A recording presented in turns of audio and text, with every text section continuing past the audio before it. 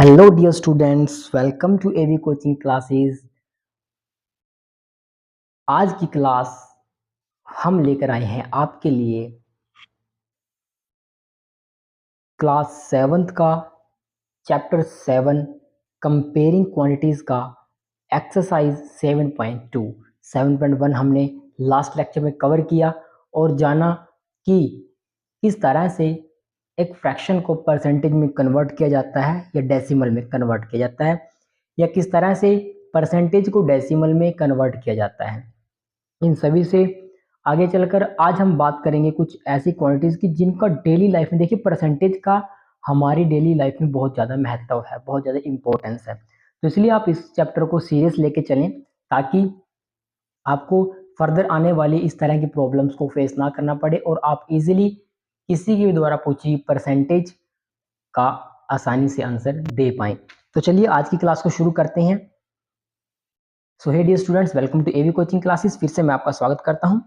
तो एक्सरसाइज 7.2 में जो बुलेटिन पॉइंट्स है जो हम कवर करेंगे वो क्या क्या है, जो फॉर्मूला हम यूज़ करने वाले हैं, तो चलिए उनके बारे में सबसे पहले जान लेते हैं, क्योंकि उनके बारे में जानना बहुत ज़रूरी है, तभी हम चैप्टर को फर्दर आगे शुरू कर पाएंगे।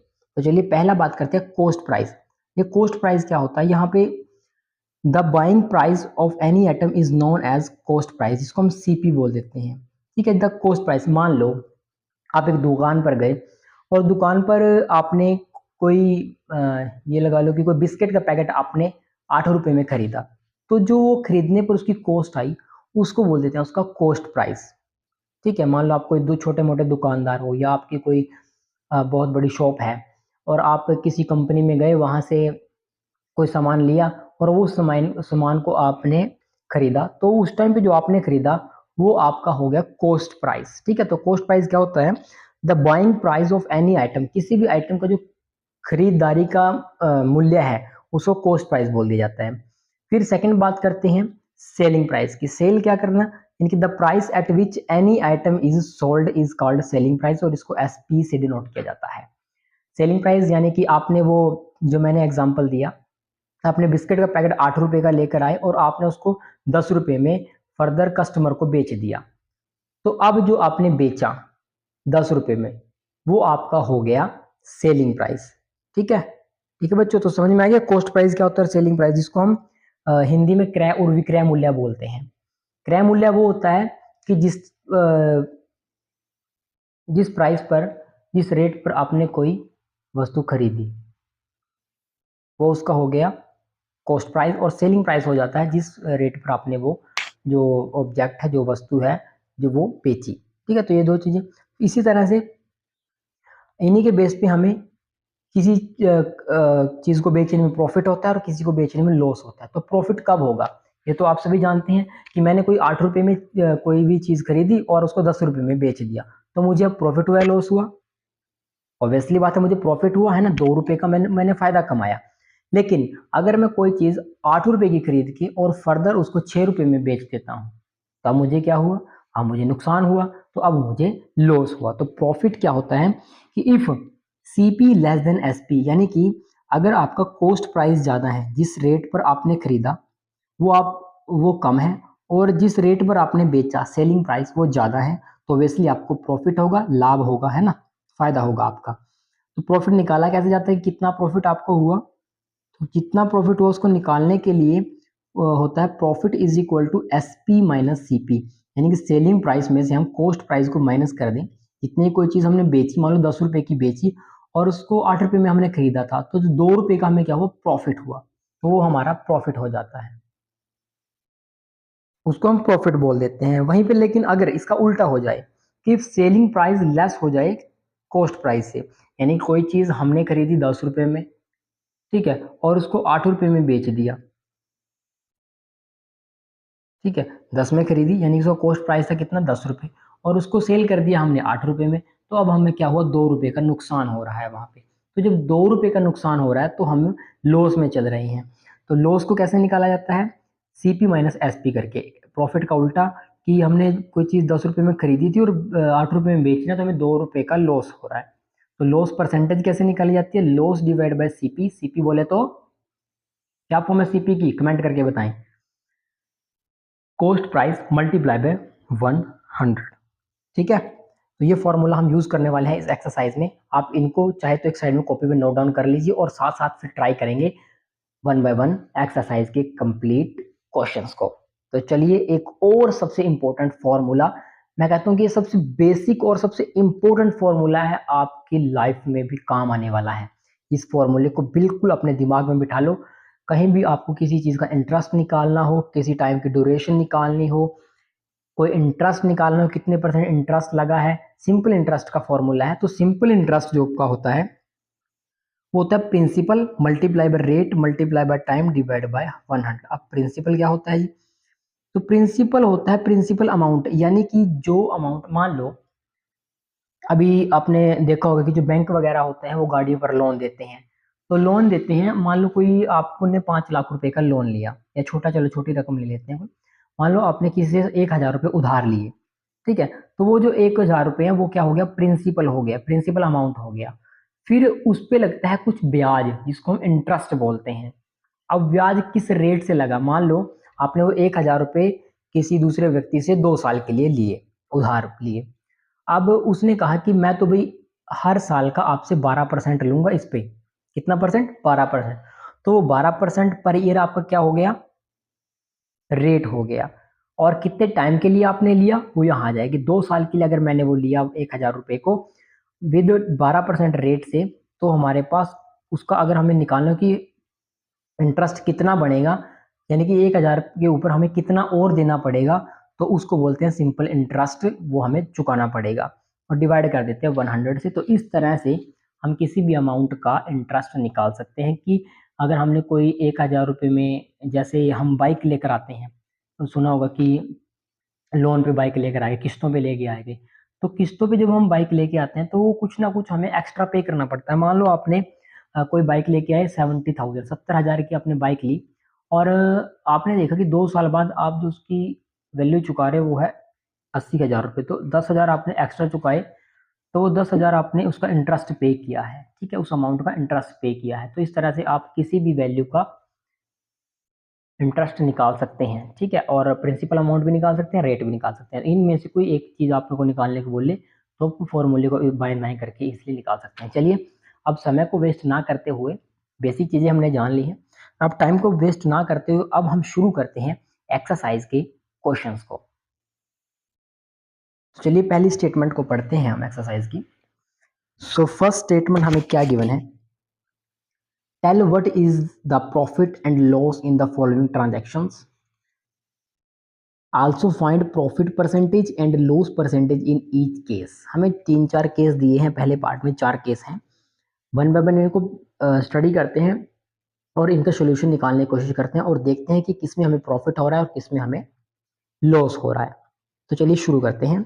पहला है gardening shares bot for 250 rupees and sold for 350 rupees. तो आप क्लियरली देख पा रहे होंगे, बॉट बॉट करना यानी कि बाय करना, और बाय करना यानी कि ये प्राइस किसका है? सीपी है हमें।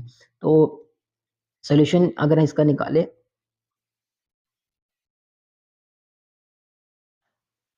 तो यहाँ पे आपको सीपी कितना गिवन है? कॉस्ट प्राइस है आपका 250 रुपीज में आपने कोई चीज खरीदी, जो शेयर से 250 में खरीदे एंड सोल्ड किया 325 में, यानी कि एसपी है ना, सेलिंग प्राइस कितना है उसका? 325 रुपीज। तो ऑब्वियसली बात है यहाँ पे सेलिंग प्राइस ज्यादा है और कॉस्टिंग प्राइस कम है। तो जब सेलिंग प्राइस ज्यादा हो और कॉस्टिंग प्राइस कम हो, जब सेलिंग प्राइस ज्यादा हो कॉस्टिंग प्राइस कम हो, तो हमें क्या होता है? प्रॉफिट होता है। तो हमें क्या होगा यहाँ पे? प्रॉफिट होगा। और प्रॉफिट कितने का होगा? तो हम कह सकते हैं कि हमें यहाँ पे प्रॉफिट होगा। और प्रॉफिट कितने का होगा उसको निकालने के लिए हम क्या करते हैं? S P minus C P.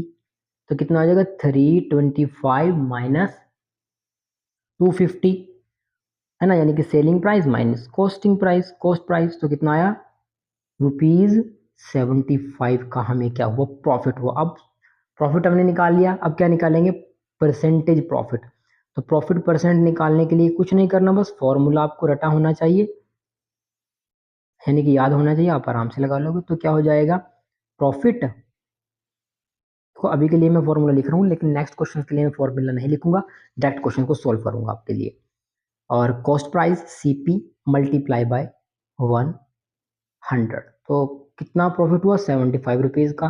Cost price कितना था 250 का और मल्टीप्लाई बाय 100। क्लियर है? बस कटता है तो कुछ काट दो। 0 से 0 जाएगा और 25 से कट जाएगा 3 पे और 3 10 जा 30। तो कितना परसेंट का प्रॉफिट हुआ 30% का उससे प्रॉफिट हुआ। तो इस तरह से आप बाकी पार्ट्स का भी प्रॉफिट निकाल सकते हैं, ये लॉस निकाल सकते हो। तो चलिए बी पार्ट को सॉल्व करते हैं। चलिए बी स्टेटमेंट को पढ़ते हैं। A refrigerator bought for 12,000 and sold for 13,500 rupees. यानी कि एक रेफ्रिजरेटर 12,000 रुपये में खरीदा जाता है और 13,500 रुपये में बेच दिया जाता है। तो पूछा है कि क्या प्रॉफिट होगा या लॉस होगा। अगर प्रॉफिट होगा तो कितने परसेंट होगा और लॉस होगा तो कितने परसेंट का लॉस होगा। तो गिवन डाटा है हमारे पास क्या क्या। सॉल्यूशन लिखना शुरू करते हैं इसका। सो हमें सीपी गिवन है, सीपी ऑफ रेफ्रिजरेटर। ठीक है, मैं शॉर्ट में सीपी लिख रहा हूँ, आप समझ जाना। सीपी बोले तो कमेंट करके बताएं सीपी का फुल फॉर्म क्या है। सीपी फॉर रेफ्रिजरेटर कितना है 12,000, उसने 12,000 रुपये में खरीदा। एंड एसपी, एसपी की फुल फॉर्म क्या है कमेंट में बताएं।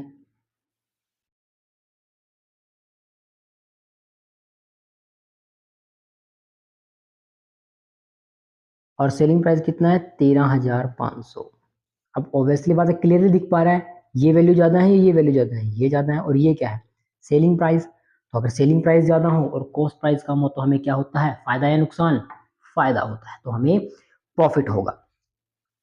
तो हम कह सकते हैं कि हमें क्या होगा, प्रॉफिट होगा। और प्रॉफिट कितना होगा बता सकते हो कितना होगा। हाँ जी बिल्कुल, 13,500 में से 12,000 कर दो माइनस, तो आपका कितना प्रॉफिट आया 1,500, यानी कि 1500 का आपको प्रॉफिट हुआ। अब ये प्रॉफिट तो हो गया, अब कितने परसेंट का प्रॉफिट हुआ ये भी तो बताओ।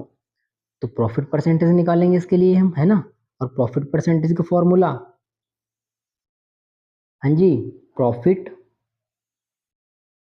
Divide by CP multiply by 100। Clear है? और साथ में परसेंट लगाना चाहो तो परसेंट भी लगा सकते हो। सो प्रॉफिट कितना हो 1,500 का और कॉस्ट प्राइस था इसका, सीपी था 12,000 रुपये मल्टीप्लाई बाय 1,000, सॉरी 100। 20 से 20 कैंसिल, 10 से 10 कैंसिल और ये कट जाएंगे। कहाँ पे कटेंगे 3 4 जा 12 एंड 3 5 जा 15। फर्दर इनको कट कर दो, 4 2 2 जा 4 2 5 जा 10। तो कितना आया,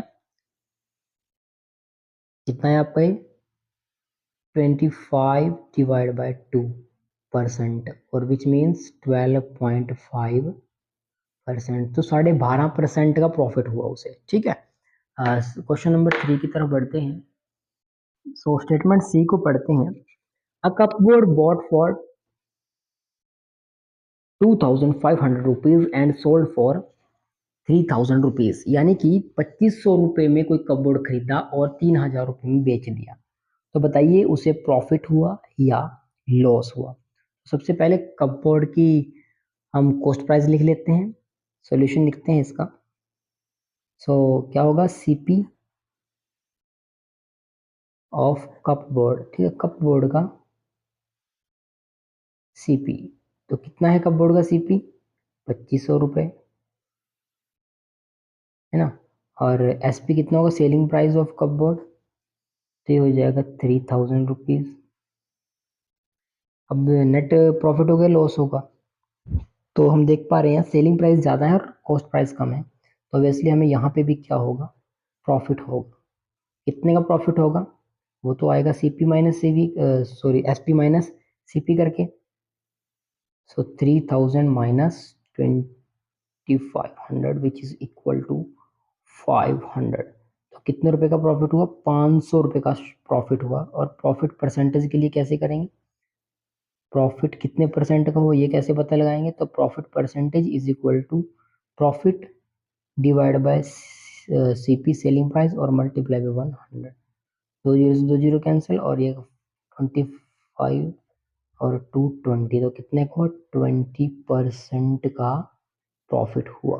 कितने का? 20% का प्रॉफिट हुआ। क्लियर है बच्चों?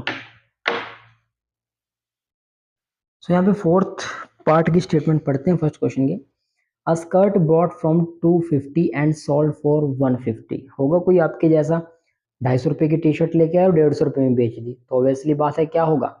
कमेंट में बताएं, प्रॉफिट होगा या लॉस होगा? अगर होगा तो कितने का होगा? चलिए तब तक हम भी सॉल्व कर देते हैं क्वेश्चन को, लेकिन आप वीडियो को पॉज कीजिए, सॉल्व कीजिए और आंसर कमेंट में लिख के भेजिए। तो स्कर्ट का सीपी कितना था? सीपी ऑफ स्कर्ट, स्कर्ट का सीपी कितना था? 250 रुपीज़, 250 रुपये में खरीदी। और एसपी कितना हो जाएगा इसका? एसपी हो जाएगा टी स्कर्ट के लिए 150 रुपीज़। अब साफ दिख रहा है एसपी लेस है, सो इफ एसपी लेस हो और सीपी ज़्यादा तो हमें क्या होता है? ऑब्वियसली बात है लॉस होता है। तो लॉस कितने का हुआ? तो क्या करेंगे? सीपी माइनस एसपी कर देंगे, तो कितने का नुकसान हुआ? 100 रुपये का नुकसान करवा दिया, है ना। और लॉस परसेंटेज कितनी आएगी? लॉस परसेंटेज कितनी आएगी? लॉस 100 का डिवाइड बाय कॉस्ट प्राइस कितना है? 250 का और इंटू 100। सो 0 से 0 कैंसिल, और ये 5 5 जा 25, 5 2 जा 10, 5 2 जा 10 20। तो कितने का हुआ? कितने का लॉस हुआ? तो इसको 40% का लॉस हुआ, यानी कि 40% के घाटे में उसने वो स्कर्ट बेच दी। होगा कोई आपके जैसा, है ना, पता नहीं था रेट का और बोला कि कितने की है? आपने बोली 150 रुपये की, और जबकि आपके फादर साहब लेके आए तो उसको 250 की, तो आपने नुकसान करवा दिया। कितने का? 100 रुपीज़ का नुकसान आपने करवा दिया। तो इस तरह से आप किसी भी वैल्यू का प्रॉफिट और लॉस निकाल सकते हैं। ठीक है, ये फर्स्ट पार्ट हो गया है। सेकंड क्वेश्चन की तरफ बढ़ते हैं। क्वेश्चन नंबर 2 में हमसे पूछता है convert each part of the ratio two percentage. ये हमें क्या देता है कि हमने इन रेशोज को, कुछ रेशोज आपको गिवन है, इन रेशो को परसेंटेज में कन्वर्ट करना है। तो चलिए वन बाय वन सॉल्व करते हैं। तो पहला पार्ट देखते हैं। तो अगर हम पहले पार्ट के सॉल्यूशन की बात करें तो पहले पार्ट का सॉल्यूशन क्या होगा हमारे पास? सो 3:1। 3:1 का मतलब क्या है कि रेशो क्या गिवन है हमें? रेशो गिवन है 3:1, यानी कि 3 पार्ट एक है और 1 पार्ट एक है, तो टोटल पार्ट कितने हो जाएंगे? तो सम कितना हो जाएगा? सम ऑफ रेशोस, तो 3 + 1 = 4, यानी कि टोटल पार्ट कितने हैं? 4 है, और 3 पार्ट एक साइड है और 1 पार्ट एक साइड है। तो टर्म्स हमारे पास क्या क्या निकल के आएंगी यहाँ से? Fractional terms. तो टर्म्स एक तो निकल के आएगी 3/4 और एक निकल के आएगी 1/4। अब इनको हमने परसेंटेज में कन्वर्ट करना है। तो 3/4 का परसेंटेज कैसे निकालेंगे? 3/4 मल्टीप्लाई बाय 100%, तो कितना हो जाएगा? इज इक्वल टू 4 1 जा 4 और ये हो जाएगा 25, यानी कि 75%। ऐसे सेकंड टर्म का निकालेंगे। सेकंड टर्म क्या हमारे पास? 1/4। 1/4 का 100% निकाल देंगे तो 1/4 का क्या आ जाएगा? 25। तो कितना आ जाएगा? 25%। तो इस तरह से हम किसी भी रेशो का परसेंटेज निकाल सकते हैं। चलिए बात करते हैं आगे।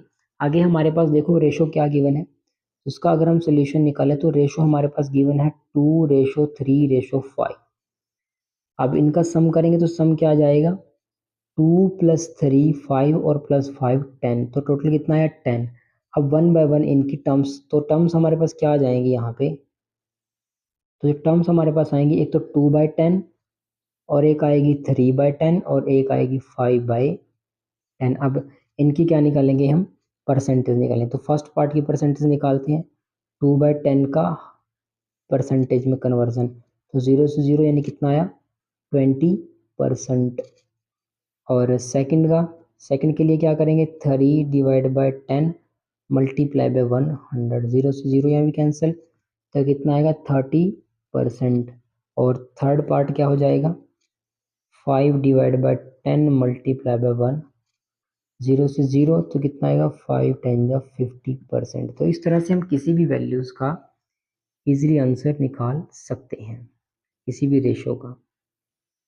जैसे 1:4 है, तो 1:4 का सोल्यूशन अगर हम निकालें, इसको परसेंटेज में कन्वर्ट करें, तो इसका सम क्या हो जाएगा, यानी टोटल आएगा आपके पास 1 + 4 = 5। और टर्म्स हमारे पास क्या क्या बनेगी यहाँ, टर्म्स फ्रैक्शनल टर्म्स हमारे पास बनेगी 1/5 एंड 4/5। तो परसेंटेज निकाल लेंगे, तो फर्स्ट की परसेंटेज कितनी आएगी, 1/5 मल्टीप्लाई बाय 100 यानी कि 20%। और सेकंड की कितना आएगा, 4/5 मल्टीप्लाई बाय 100, 5 1 जा 5, 5 2 20, 4 2 80%। ठीक है, तो इस तरह से हम किसी भी रेशो की आसानी से वैल्यू निकाल सकते हैं। तो आपके लिए एक क्वेश्चन है, आपने ये क्वेश्चन का बताना है कि क्या क्या परसेंट आपके पास आंसर आएगा। 1 की कितनी परसेंटेज होगी, 2 की कितनी परसेंटेज होगी, 5 की कितनी परसेंटेज आपके पास आएगी। तो आप कमेंट में जरूर लिख के भेजें इसका आंसर। क्वेश्चन नंबर 3 की स्टेटमेंट हमें गिवन है, the population of a city decreased from 25,000 to 24,500, find percentage decrease. देखिए डिक्रीज हो रहा है तो ऑब्वियसली बात है, अ, इसका अगर मैं सोल्यूशन लिखते हैं हम, तो स्टेटमेंट पहली क्या बनेगी, ओरिजिनल पॉपुलेशन ऑफ सिटी। तो ओरिजिनल पॉपुलेशन कितनी है या टोटल पॉपुलेशन, ओरिजिनल पॉपुलेशन थी हमारे पास 25,000। ठीक है, डिक्रीज कितने का हुआ, तो हम लिखेंगे डिक्रीज इन पॉपुलेशन,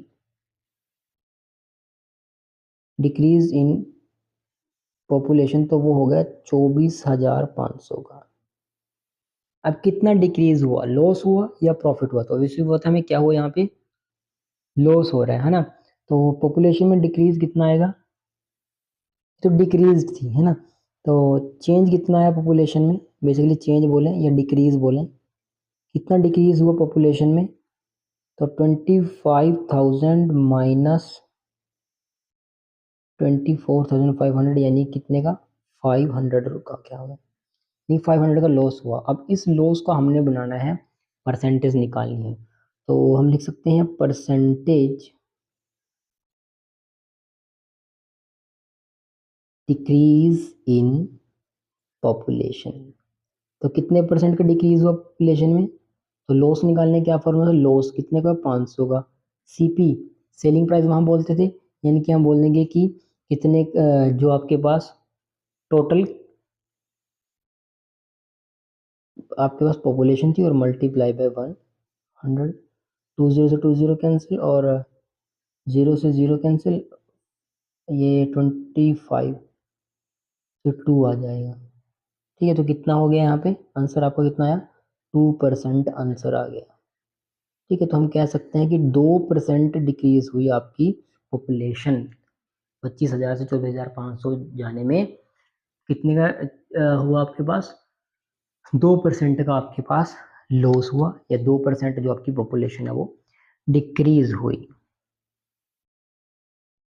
तो चलिए आगे बढ़ते हैं क्वेश्चन नंबर 4 की तरफ। तो बेटा क्वेश्चन नंबर 4 में आपसे क्या बोलता है कि Arun boat a car for 3,50,000 rupees. The next year, the price went up to 3,70,000 rupees.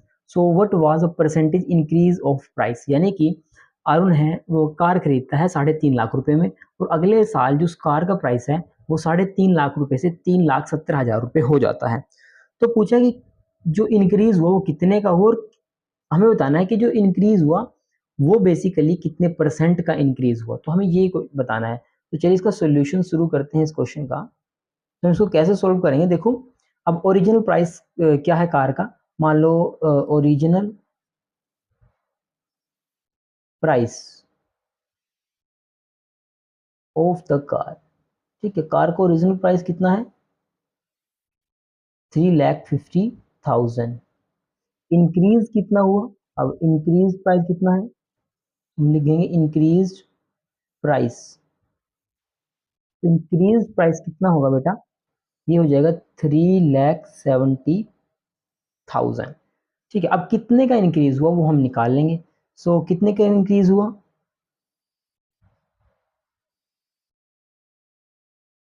Increase in price, तो प्राइस में कितने का इंक्रीज हुआ, सो ये आ जाएगा आपके पास, इसको डिफरेंस निकाल दो, है ना, -3,50,000, तो ये आ जाएगा आपके पास 20,000, ठीक है। तो कितने का 20,000 रुपये का इंक्रीज हुआ प्राइस में।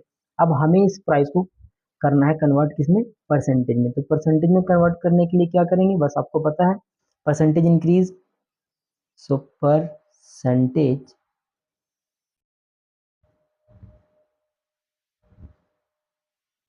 Increase in price. तो कितना परसेंट इंक्रीज हुआ, क्या फॉर्मूला था लॉस और प्रॉफिट निकालने का। सो प्रॉफिट, यानी कि प्रॉफिट तो चलो नहीं हुआ, लेकिन हाँ प्राइस बढ़ चुका है 20,000, profit divide by CP, CP क्या होता था, कॉस्ट प्राइस। तो कॉस्ट प्राइस कितना था 3,50,000 और मल्टीप्लाई बाय 100। सो यहाँ 340 से 40 कैंसिल कर दें हम यहाँ पे, ठीक है। तो कितना आ गया हमारे पास, ये फर्दर कैंसिल हो जाए तो कर दो, तो कितना आ जाएगा इसका अप्रोक्सीमेट आपके पास, ये 5 के टेबल पे 5 7 या 35, और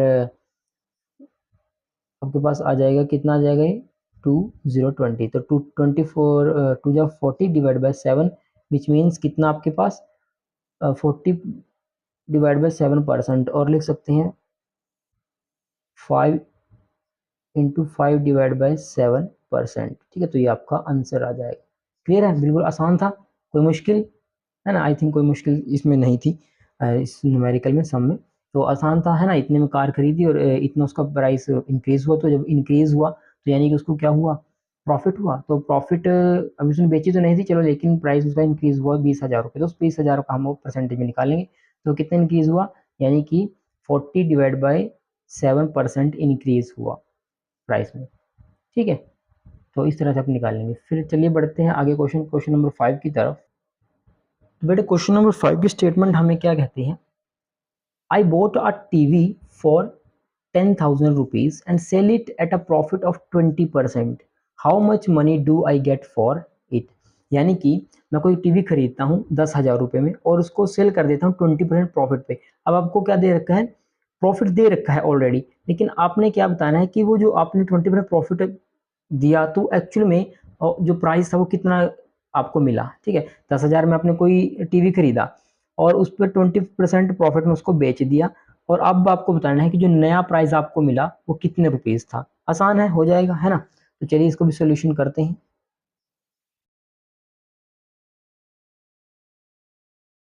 तो कितना होगा हमारे पास, सबसे पहले देखो कॉस्ट प्राइस दे रखे हैं हमें, है ना।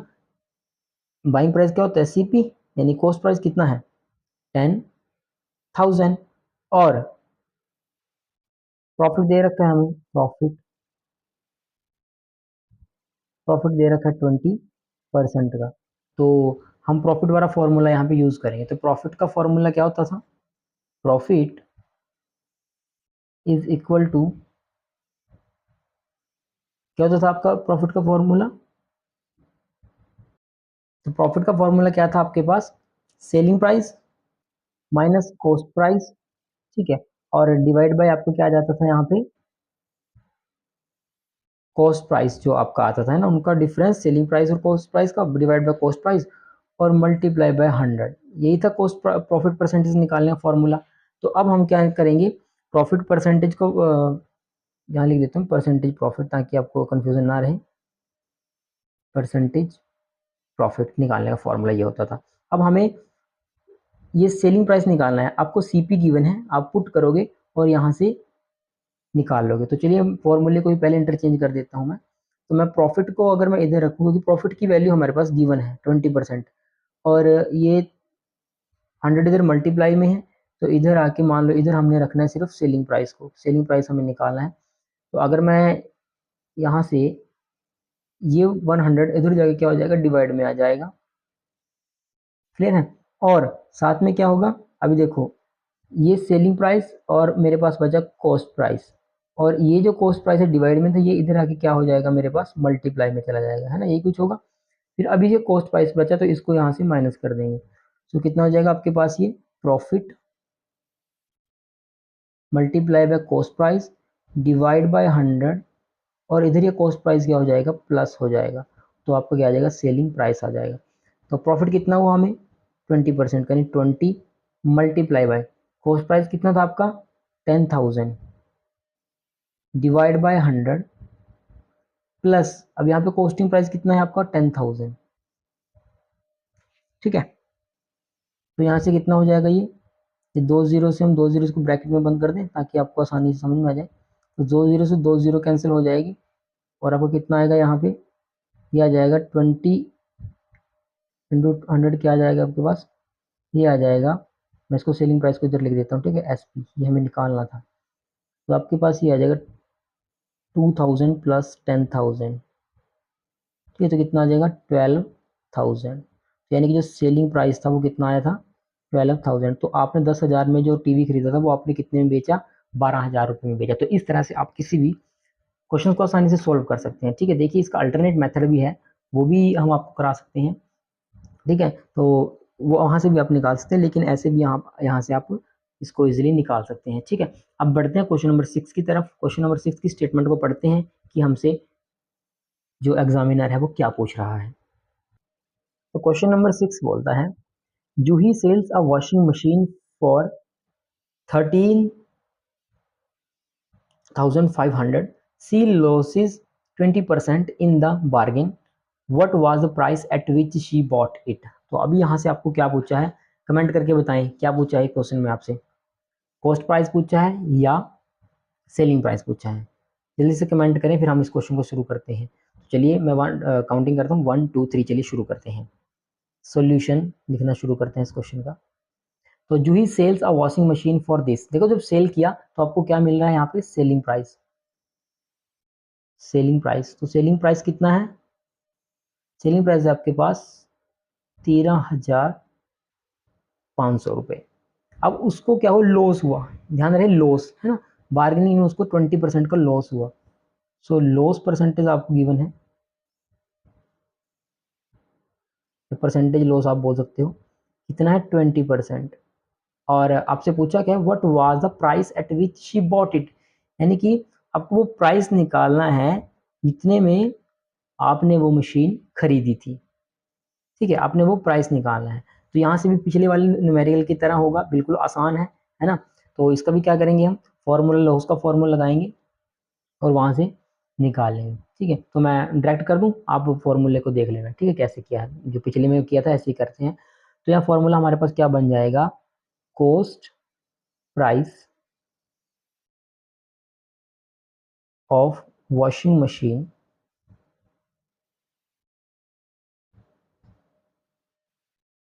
इसका फॉर्मूला हमारे पास क्या बनेगा कॉस्ट प्राइस का, यानी CP का फॉर्मूला हमारे पास बन जाएगा सेलिंग प्राइस, जैसे पिछले में किया था है ना, selling price multiply by 100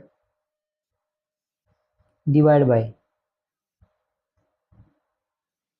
100 minus loss percent. ठीक है, 100 माइनस लॉस परसेंट। तो ये फॉर्मूले हम पुट कर देंगे और हमारा क्या आ जाएगा कॉस्ट प्राइस आ जाएगा, यानी CP निकल जाएगा जो जितने में हमने वो मशीन खरीदी थी। तो चलिए इसको निकालते हैं। तो यहाँ से कितना आ जाएगा आपके पास, तो ये आ जाएगा सेलिंग प्राइस कितना है आपके पास 13,500। ठीक है, मल्टीप्लाई बाय 100 डिवाइड बाय अब 100 माइनस लॉस परसेंट कितना है आपके पास 20। तो मैं यहाँ इधर कर देता हूँ इसको आगे फर्दर। तो ये कितना हो जाएगा 13,500 मल्टीप्लाई बाय 100 डिवाइड बाय 100 में से 20 को माइनस करेंगे तो कितना आ जाएगा 80 आ जाएगा। ठीक है, 80। देखिए परसेंटेज को आप यहाँ पे भूल जाएंगे क्योंकि परसेंटेज लॉस परसेंटेज हम निकालते हैं ना फॉर्मूले में, तो आप इस परसेंटेज को आप नहीं छोड़ोगे। ठीक है, हमने लिख दिया परसेंटेज के लिए 100 हमने पहले इंक्लूड कर दिया। तो यहाँ 0 से 0 कैंसिल और ये हो जाएगा 2 के टेबल पे कट, 2 4 जा 8 और ये आपका हो जाएगा 2 5 जा 10। तो अब देखो आगे कुछ कटता है तो इसको काट दो, तो आई थिंक ये कट जाए। चलो देख लेते हैं। सो 4 1 जा 4, 4 3 जा 12 और 1 कैरी, 4 3 जा 12 और कितना बचेगा 3 बचेगा और ये आ जाएगा 4 7 जा 28 और 4 5 जा 20। तो आपके पास इसके मल्टीप्लाई कर देंगे तो आंसर कितना आएगा 5 5 जा 25 और 5 7 जा 35, 35 और 2 30 7 और ये 5 3 जा 15 और 18 और 5 3 जा 15 और 1 16। तो आपके पास ये प्राइस आ, ठीक है। तो आपके पास ये सीपी आ गया। तो इतना कॉस्ट प्राइस था उस किसका मशीन का, यानी कि 16,875 रुपये में आपने वो मशीन खरीदी थी और 13,500 रुपये में अगर आपने बेची है तो आपने 20% का घाटा उठाया है। तो आपको लॉस हुआ है कितने का, 20% का यहाँ पे लॉस हुआ है। क्लियर है। तो इस तरह के क्वेश्चन अगर आपको देखने को मिले तो आप इस तरह से उसको सॉल्व करोगे, ठीक है ना बच्चों। तो जो भी मैं आपसे क्वेश्चन भी चीज़ में पूछता हूँ, आप कमेंट में आंसर जरूर भेजा करें और हम भी उनका टाइम टू टाइम रिप्लाई जरूर किया करेंगे। तो चलिए नेक्स्ट क्वेश्चन की तरफ। चलिए क्वेश्चन नंबर 7 की स्टेटमेंट को पढ़ते हैं जरा। तो स्टेटमेंट क्या कहते हैं, chalk contain calcium carbon and oxygen in ratio of this. अब देखो आपको रेशो वाला क्वेश्चन गिवन है ना। आपको कह रहा है कि इस रेशो के अंदर जो आपका चौक होता है ना, चौक देखा ना आपने बोर्ड पे लिखने वाला, तो उसमें कैल्शियम कार्बन एंड ऑक्सीजन का रेशो ये है, यानी कैल्शियम उसमें 10 है और कार्बन 3 है और जो आपका ऑक्सीजन है वो 12 है, ठीक है। तो अपने फाइंड करना है परसेंटेज ऑफ कार्बन इन अ चौक, की कार्बन कितना है उस चौक के अंदर, उसकी परसेंटेज निकालनी है। फिर आपने सेकंड स्टेटमेंट में क्या निकालना है, if in a stick of chalk carbon is 3 gram, अगर उस स्टिक में कार्बन 3 ग्राम है तो आपने बताना है कि उस चौक का वेट कितना होगा। देखिए थोड़ा सा कॉम्प्लिकेटेड क्वेश्चन है, बिल्कुल थोड़ा सा, ज़्यादा नहीं, हो जाएगा बिल्कुल, है ना, हो जाएगा ना। कमेंट करें हो जाएगा तो यस लिखे कमेंट बॉक्स में। तो जैसे सॉल्यूशन को लिखते हैं इस क्वेश्चन के, क्या कहता है सॉल्यूशन। तो पहले इसका रेशो लिख लेते हैं। तो मैं सिंबल लगा देता हूँ, calcium ratio carbon ratio oxygen कितना है आपके पास, 10:3:12। तो हमें किसकी बात करनी है, सिर्फ हमें करनी है, हम बात करेंगे केवल कार्बन के बारे में। तो इस तरह का सेकंड क्वेश्चन आपने किया है, तो पहले इनका सम निकालना होता है। तो सम ऑफ रेशो क्या हो जाएगा, सम ऑफ द रेशो, तो सम ऑफ द रेशो आपके पास आ जाएगा 10+3+12, तो कितना हो जाएगा आपके पास 25। अब 25 हो गया, अब इसको हम क्या करेंगे, फ्रैक्शन निकालेंगे इसका। तो पार्ट ऑफ कार्बन है ना, कार्बन का कितना पार्ट है चाक में इन चौक, तो चौक में कितना है, तो 3/25। तो ये परसेंटेज आपकी क्या है, कितना अमाउंट आपके पास चौक का वो कार्बन से बना है। क्लियर है। अब इसको परसेंटेज निकाल लेंगे, तो परसेंटेज ऑफ कार्बन,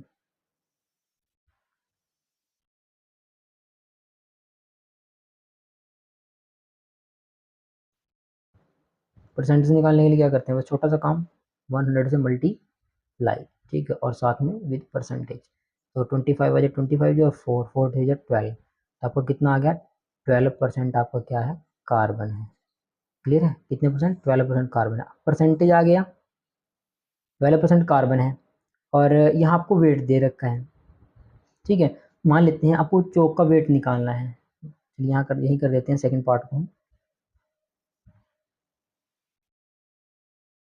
तो सेकंड पार्ट में क्या है कि आपको कार्बन अगर 3 ग्राम है तो उस चौक का वेट निकालना है। मान लेते हैं कि चौक का वेट हमारे पास x ग्राम है, ठीक है, तो x ग्राम है, तो x ग्राम अगर जो टोटल चौक का वेट है और उसका 12% कितना है, 3 ग्राम, तो टोटल निकल जाएगी x की वैल्यू, जैसे हमने एक्सरसाइज 7.1 में क्वेश्चन सोल्व किया। लेकिन अगर आपने अभी तक एक्सरसाइज 7.1 नहीं देखी तो आप आई बटन पर जाकर 7.1 जरूर देखें, वहां से आपको इस तरह क्वेश्चन समझ में आ जाएंगे। तो लेट अस सपोज करते हैं, so let us weight of chalk, ठीक है, टोटल वेट की बात कर रहे हैं, टोटल वेट मान लेते हैं हम वही v ग्राम, ठीक है। अब v ग्राम है, हमें क्या गिवन है, कार्बन 3 ग्राम है, तो हम कह सकते हैं कि इस v का 12%, इस v का 12% कितना है, 3 ग्राम के बराबर है। सो हम कह सकते हैं 12% ऑफ x कितना है, 3 ग्राम के इक्वल।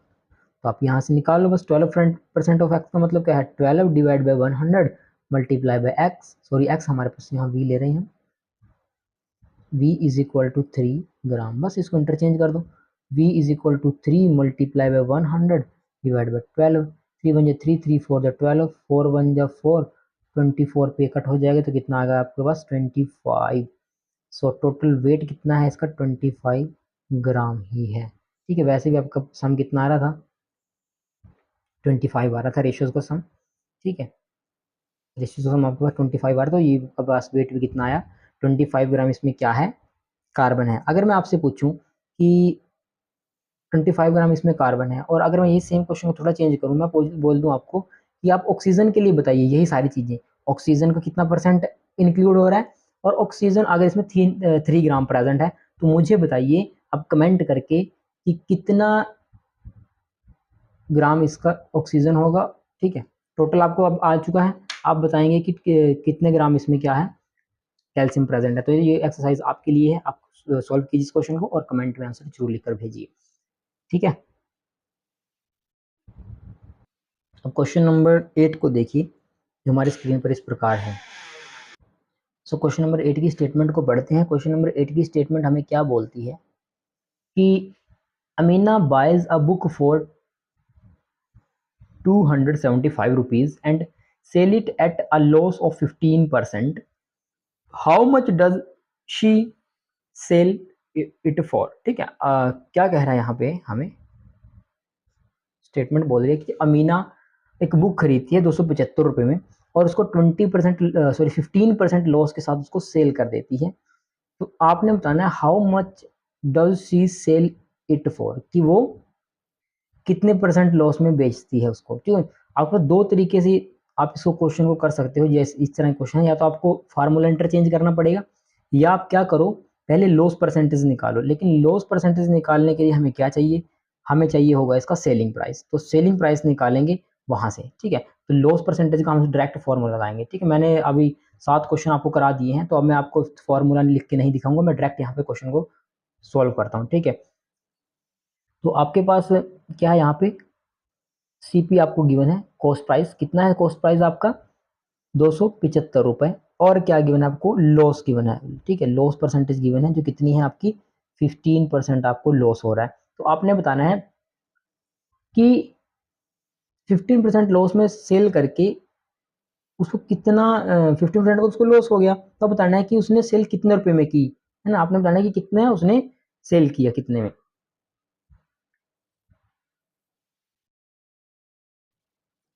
तो यहाँ पे हमारे पास लॉस परसेंटेज का फॉर्मूला क्या होता है, तो लॉस परसेंटेज का फॉर्मूला हमारे पास होता है, अगर लॉस हो रहा है तो सीपी ज़्यादा होगा ऑब्वियसली उसका, और सेलिंग प्राइस कम होगा, है ना, और divide by 100, sorry divide by cost price, और मल्टीप्लाई बाय 100। तो इस फॉर्मूले को इंटरचेंज करेंगे क्योंकि हमें चाहिए सेलिंग प्राइस, ये हमें चाहिए सेलिंग प्राइस। तो मैं डायरेक्ट लिख देता हूँ, मैं पहले बोल रहा हूँ कि मैं आपको करके नहीं दिखाऊंगा, डायरेक्ट आपको यहाँ से बताऊंगा। तो selling price is equal to CP multiply by 100 divide by 100 minus loss percent. ठीक है, समझे कैसे किया, है ना, कर लेंगे ना, इंटरचेंज कर लेंगे इसको। ये क्या होगा, आपको एसपी चाहिए, ये चाहिए था सेलिंग प्राइस, तो आप क्या करोगे, पहले आपके पास मल्टीप्लाई में पड़ा है तो सीपी आपके पास उधर चला जाएगा। ठीक है, 100 आपके पास, क्लियर है, ये आपके पास फॉर्मूला आ जाएगा। मैं डायरेक्ट यहाँ वैल्यूज पुट कर देता हूँ। तो सीपी आपके पास कितना है, सीपी आपके पास 275, और हम multiply by 100 minus loss percent कितना है 15 का। मैं आपको पहले बोल रहा हूँ कि परसेंटेज के लिए आप यहाँ 100 नहीं लगाओगे, ठीक है, डिवाइड में, ये आपको पहले ऑलरेडी कैलकुलेटेड डाटा होता है। तो अब यहाँ से इसको सॉल्व करो, देखिए तो ये कितना बन जाएगा हमारे पास, तो ये आपके पास आ जाएगा, यहाँ हम इसको ऊपर ले जाता हूँ यहाँ पे। ठीक है, आप कंफ्यूज मत होइएगा। तो ये आपके पास आ जाएगी वैल्यू 275, 2 जीरो इसके साथ आ जाएगी, और माइनस इसमें 15, और डिवाइड बाय 100। ठीक है, आसान है, कोई ज़्यादा मुश्किल काम नहीं करना इसमें हमने।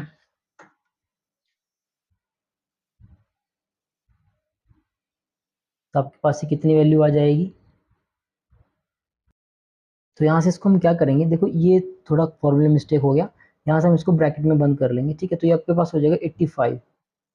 ठीक है, और ये आपके पास 275 और मल्टीप्लाई में चला जाएगा। ठीक है, सॉरी यहाँ पे थोड़ी मिस्टेक हो गई, मल्टीप्लाई में था, यहाँ पे मल्टीप्लाई में चला जाएगा। अब इसको कैंसिल कर दो अगर होता है तो हमारे पास यहाँ से कितना आ जाएगा, ये प्लस का ही है तो कुछ कैंसिल होता है तो कैंसिल कर दो, वरना डायरेक्ट मल्टीप्लाई करके आप कर सकते हो, तो कैंसिल हो जाएगा। हम इसको छोटा कर देते हैं यहाँ से। ठीक है, अगर कुछ कट रहा है तो काट दो, क्लियर है। तो आपके पास अगर मैं इसे तो नहीं कटेगा, इसको काट देते हैं, ये कट जाएगा 20 के टेबल 25 के टेबल पे, तो आपके पास आ जाएगा 4, और ये कितना आ जाएगा ये आ जाएगा 11। तो इसको मल्टीप्लाई करेंगे हम 85 से 11 को, तो आ जाएगा आपके पास 935 डिवाइड बाय 4। तो इसको यहाँ से कट करेंगे तो हमारे पास क्या आंसर निकलेगा यहाँ पे। सो 4 2 जा 8 और 4 3 जा 12, 4 3 जा 12.75 रुपीज़। तो आपके पास ये आंसर आ जाएगा आपका, ठीक है। तो अब वो आपने कितने में सेल की, 233.75 रुपीज़ में आपने 275 की खरीदी और 233.75 रुपीज़ में आपने वो सेल की, इसलिए आपको 15% का लॉस हुआ। देखिए इसका अल्टरनेट मेथड भी है, वो भी मैं आपको लास्ट में कराऊंगा, ठीक है। At the end of the video मैं वो आपको अल्टरनेट मेथड कराऊंगा, जिससे आप, आई थिंक ये आपको थोड़ा मुश्किल लगे, लेकिन वो 100% श्योरिटी के साथ मैं कह सकता हूँ कि वो आपको बहुत ही आसान लगने वाला है मेथड, ठीक है। लेकिन हमें तो जिस प्रकार से पूछा जा रहा है बुक में, हम उसी प्रकार से इसको सॉल्व करेंगे। ओके बच्चों, तो चलिए नेक्स्ट क्वेश्चन की तरफ स्टेटमेंट को पढ़।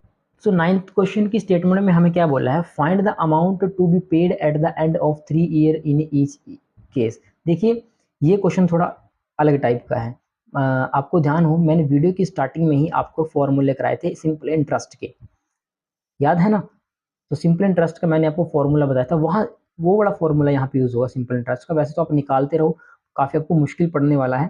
तो सिंपल इंटरेस्ट का एक सिंपल सा फॉर्मूला है, वो आपका डेली लाइफ में बहुत ज़्यादा यूज़ होता है बेटे, ठीक है। तो उस फॉर्मूले को आप दिमाग में बिठा लें, वो फॉर्मूला आपको याद करना ही करना है, एग्जाम्स के लिए नहीं, अपनी प्रैक्टिकल लाइफ के लिए उसको याद करके रखें। तो देखिए वो फॉर्मूला क्या होता है जो आप यूज़ करोगे। तो फॉर्मूला मैं आपको एक बार लिख के दिखा देता हूँ। सिंपल इंटरेस्ट, देखो दो तरह का इंटरेस्ट होता है हमारे पास, सिंपल इंटरेस्ट और कंपाउंड इंटरेस्ट। कंपाउंड इंटरेस्ट और सिंपल इंटरेस्ट क्या होता है, सिंपल इंटरेस्ट ऐसा होता है जिसमें आपका जो प्रिंसिपल अमाउंट है, इस पे जो आपके पास इंटरेस्ट लगा है वो इतना ही रहता है। लेकिन कंपाउंड इंटरेस्ट में क्या होता है, फर्स्ट ईयर की आपके पास जो यहाँ पे इंटरेस्ट लगा है, वो इंटरेस्ट आपको फिर जो टोटल अमाउंट बनेगा वन आफ्टर 1 ईयर उसके ऊपर लगता है। जैसे 1200 लगा और एक साल में मेरे पास उस पर 100 रुपीज़ का इंटरेस्ट बन गया, 100 रुपीज़ का जब इंटरेस्ट बना तो अब मेरे पास हो जाएंगे 1300 रुपये, है ना। 1300 रुपये पे फिर अगले साल के लिए इतने इतने परसेंट का लगेगा, फिर जो अगले साल फिर 100 और बढ़ जाएंगे। बराबर 1300 पे मान लो 150 रुपये का इंटरेस्ट लगा, तो वो आपके पास 1300 और 150 कितना हो गया, 1450, फिर वो अगले साल के लिए 1450 रुपये पे इंटरेस्ट लगेगा। ये फर्क होता है सिंपल इंटरेस्ट में और कंपाउंड में। इसमें क्या, अगर 1 ईयर में 100 रुपये लग रहा है तो सेकंड ईयर में भी 100 रुपीज़ का लगेगा और वो 1200 रुपये पे लगेगा, ठीक है। ये फर्क होता है। तो सिंपल इंटरेस्ट का फॉर्मूला हमारे पास होता है प्रिंसिपल, यानी कि प्रिंसिपल क्या, प्रिंसिपल वो नहीं स्कूल वाले प्रिंसिपल, प्रिंसिपल यानी कि प्रिंसिपल अमाउंट, जैसे ये है 1200 हमारे पास यहाँ पे प्रिंसिपल अमाउंट है, मल्टीप्लाई बाय रेट, रेट यानी कि किस रेट से हमें वो इंटरेस्ट मिला है, ठीक है। और मल्टीप्लाई बाय टाइम, कितने टाइम के लिए हमें मिला है, टाइम यानी कितने ईयर के हमें लिए वो जो अमाउंट है वो हमने लिया है इंटरेस्ट पे, डिवाइड बाय 100। क्लियर है।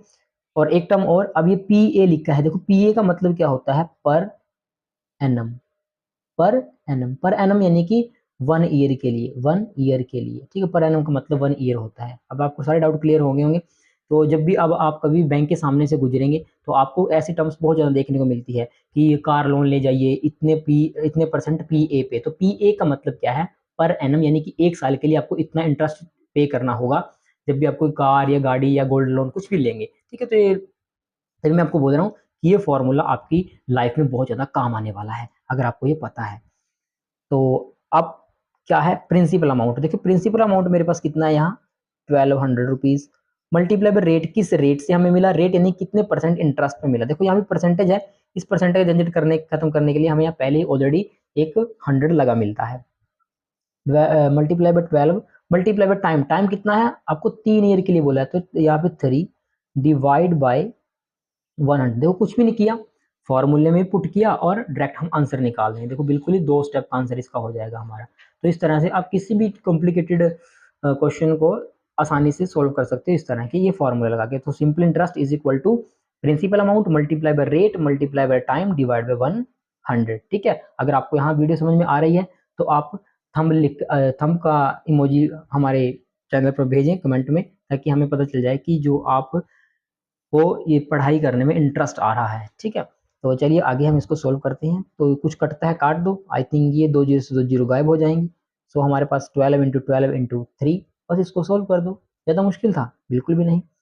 सो 12 मल्टीप्लाई बाय 12 3 जा 36 और इसको मल्टीप्लाई करेंगे तो कितना आएगा आपके पास 12 6 जा 72 और 12 3 जा 36 और 7 43 तो आपके पास बस आंसर आ गया। तो ये आपको 432 रुपये का क्या पे करना पड़ रहा है, इंटरेस्ट पे करना पड़ रहा है। कितने साल के लिए, 3 साल के लिए। अगर मैं आपसे पूछूं कि 1 ईयर के लिए कितना होगा तो आप बता सकते हैं।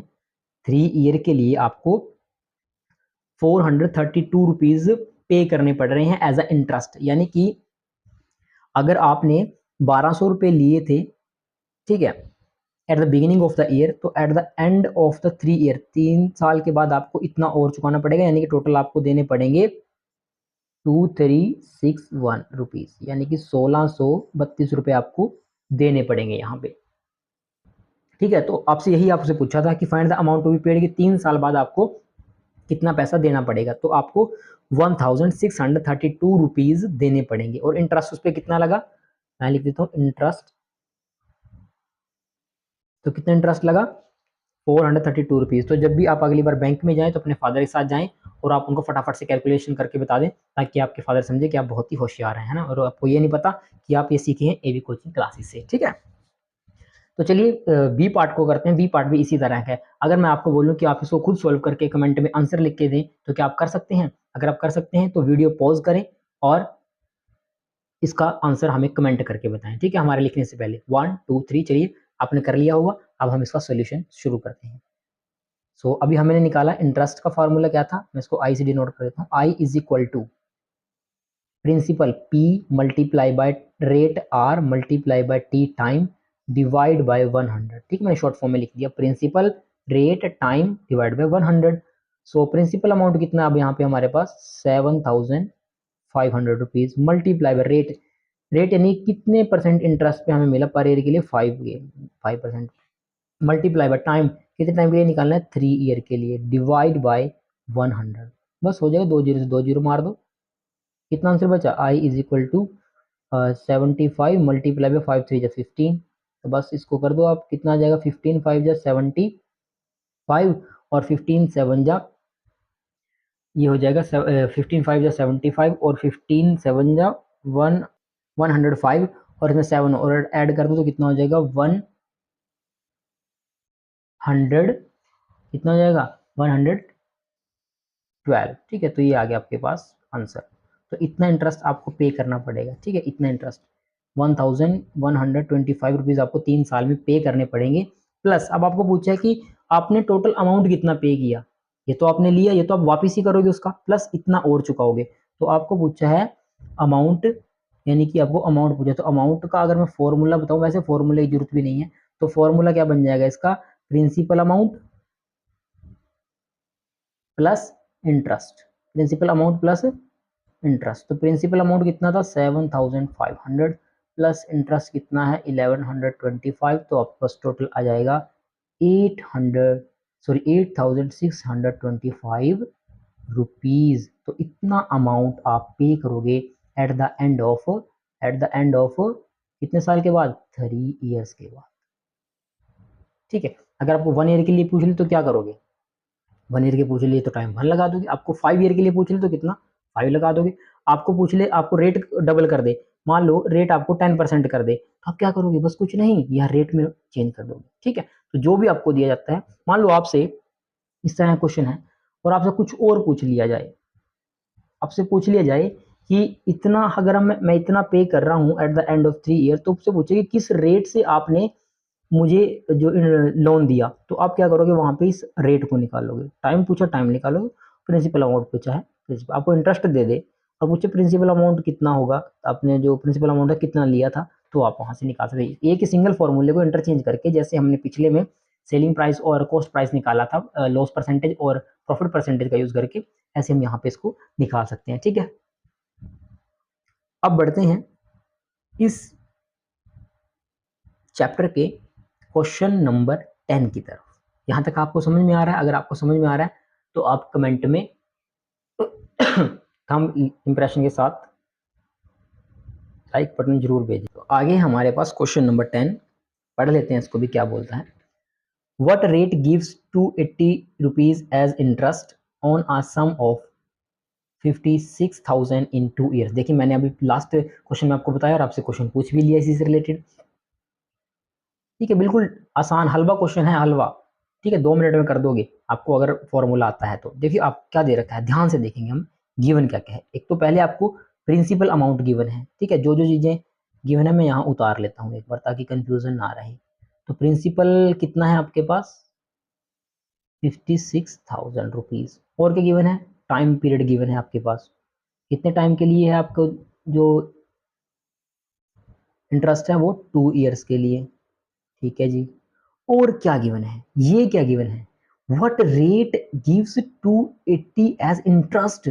यहाँ क्या गिवन है, रेट गिवन है या इंटरेस्ट गिवन है, हो गए ना कंफ्यूज, रेट गिवन है या इंटरेस्ट। आपको रेट पूछा है कि व्हाट रेट, किस रेट से आप आपको किस रेट से आपने वो जो अमाउंट है दिया कि आपको 280 रुपीज का इंटरेस्ट मिला, तो आपको यहाँ इंटरेस्ट गिवन है। फंसा लेते हैं क्वेश्चन में इस तरह के और आप फंस जाओगे आराम से, है ना। फंसना नहीं है, हमने समझना है स्टेटमेंट को। ठीक है, जल्दबाजी नहीं करेंगे, हम जल्दबाजी नहीं करेंगे। ठीक है, तो इंटरेस्ट आपको गिवन है, अब आप रेट निकाल दो। सर रेट कैसे निकालें, अरे आसान है भाई। रेट निकालने के लिए क्या करो, इंटरेस्ट का फॉर्मूला लगा दो, आई इज इक्वल टू क्या था, principal multiply by rate multiply by time divide by 100। बस रेट निकाल दो। बहुत ही मुश्किल लगता है जी, नहीं हो जाएगा आराम से। तो देखिए ये क्या आ जाएगा यहाँ पे, तो इंटरेस्ट एज इट इज रहेगा और ये 100 यहाँ पे डिवाइड में है तो इधर जाके किस में जाएगा, मल्टीप्लाई में। अब इधर ये दोनों मल्टीप्लाई में पढ़े हैं, प्रिंसिपल और टाइम, इसको इधर डिवाइड में लेके आ जाएंगे, principal into time is equal to rate. बस हो गया, क्या करना था इसमें, कुछ भी नहीं। वैल्यूज को पुट कीजिए। इंटरेस्ट कितना है आपके पास, 280। ठीक है जी, 100 डिवाइड बाई प्रिंसिपल कितना है, 56,000 मल्टीप्लाई बाई टाइम कितना है, 2 ईयर के लिए। बस कटता है, कुछ काट दो। क्या कटता है वो दिख रहा है कुछ, हाँ बिल्कुल दिख रहा है जी। तो क्या क्या है, काट देते हैं। 2 जीरो से 2 जीरो मर गई, 1 जीरो से 1 जीरो मर गई, और ये कितना आ गया, 28 वन या 28 एंड 28 टू जा 56। तो ये आ गया आपके पास 1/4%, यानी कि 0.25%। अच्छा ये बताइए, 0.25% आपको 1 ईयर के लिए है या 2 ईयर के लिए है, कमेंट करके बताएं, बड़ा इंटरेस्टिंग बात है। 0.25% जो आपको इंटरेस्ट चुकाना पड़ रहा है वो 1 ईयर के लिए चुकाया या 2 ईयर्स के लिए, वो आपने पर एनम चुकाया, पी ए। ठीक है, पर एनम होता है ये, क्योंकि आपने 2 यहाँ से टाइम 2 ईयर के लिए निकाल दिया, तो इसीलिए ये 2 से डिवाइड हुआ तो 1 ईयर के लिए आएगा। तो जो भी आपका याद ध्यान रहे, रेट आता है वो हमेशा पर ईयर के लिए ही आंसर में आएगा। तो रेट कितना आ गया आपके पास, किस रेट से आया, 0.25% पर एनम। ठीक है, पर एनम की आपका रेट निकल गया। आसान था ना, हलवा क्वेश्चन था बिल्कुल। अब बढ़ते हैं नेक्स्ट क्वेश्चन की तरफ और लास्ट क्वेश्चन की तरफ इस एक्सरसाइज के। देखिए बेटे, अगर आप ध्यान से समझते चलेंगे और इसकी प्रैक्टिस करते चलेंगे तो आई होप आप फाइनल में इतना बढ़िया परफॉर्म कर पाओ कि आपके टीचर भी, स्कूल टीचर आपसे पूछे कि कहाँ से पढ़ के आते हो, तो आप क्या आंसर दोगे, only on AB coaching classes से, है ना। चलिए इसको भी शुरू करते हैं और लास्ट क्वेश्चन है ये, यहाँ से इसके बाद हम इस चैप्टर को करते हैं दी एंड। ठीक है, so if Meena gives an interest of 45 rupees for 1 year at 9%, what is the sum she has borrowed। क्या क्वेश्चन पूछा है, क्या निकालोगे आप यहाँ से। आपको पूछा है कि आपको सॉरी गिवन है, मीना गिव्स इंटरेस्ट, मीना 45 रुपए का इंटरेस्ट देती है। जो जो चीजें पहले आपको गिवन है उतार लो बस। तो इंटरेस्ट गिवन है, ठीक है जी, इंटरेस्ट लिख लेते हैं। कितना इंटरेस्ट, 45 रुपए। ठीक है जी, कितने साल के लिए, टाइम भी आपको गिवन है, वेरी गुड, 1 ईयर के लिए। और क्या क्या गिवन है आपको, रेट भी गिवन है, वाह भाई वाह, सारा कुछ गिवन है। फिर क्या चीज छूट रही है हमसे, 9% का रेट गिवन है पर एनम का। What is the sum she has borrowed, what is the sum she has borrowed, कितना रुपए उसने उधार लिया।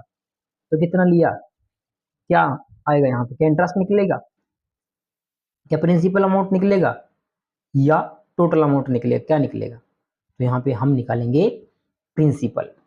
ठीक है, हम यहाँ पे क्या निकालेंगे, प्रिंसिपल निकालेंगे, प्रिंसिपल अमाउंट हमें निकालना पड़ेगा। वो अमाउंट निकालना है जिसपे हमने 9% के हिसाब से 1 साल के बाद 45 रुपये उसको दिए हैं। तो प्रिंसिपल अमाउंट का फॉर्मूला क्या बन जाएगा, I इंटू 100 पिछले क्वेश्चन की तरह, और यहाँ बस क्या आ जाएगा, P की जगह R और मल्टीप्लाई बाय टाइम। कोई मुश्किल था, बिल्कुल भी नहीं। इंटरेस्ट कितना चुकाया, 45 रुपये मल्टीप्लाई 100, रेट कितना है 9 मल्टीप्लाई बाय 1 ईयर, तो कितना आ जाएगा, 9 1 जा 9, 9 5 जा 45, 5 इंटू 100 500 रुपीज। बस क्लियर। तो आपका जो प्रिंसिपल अमाउंट था वो कितना था, 500 रुपीज। इस 500 रुपीज पर आपने कितना इंटरेस्ट पे किया, 45 रुपीज। कितने साल के लिए, 1 साल के लिए। हो जाएगा, हो जाएगा। तो चलिए यहीं पर करते हैं हम इस एक्सरसाइज को फिनिश, और इसके साथ ही ये चैप्टर आपका हो जाता है खत्म। 7.1 का वीडियो लेक्चर अगर आपने अभी तक नहीं देखा तो आई बटन पर जाकर देख सकते हैं, या आपको एंड स्क्रीन पर शो भी हो जाएगा, वहां से भी आप क्लिक करके 7.1 एक्सरसाइज को वॉच कर सकते हैं। और भी काफ़ी चैप्टर्स हमने डाल रखे हैं चैनल पर, तो आप प्लेलिस्ट सेक्शन पर जाकर वहां से अपनी क्लास की प्लेलिस्ट को चूज करके किसी भी चैप्टर को बड़े आराम से कर सकते हैं। ठीक है, तो यहाँ अभी तक के लिए इतना ही, आज के लेक्चर के लिए इतना ही। पढ़ाई करते रहें, तब तक के लिए ऑल द वेरी बेस्ट।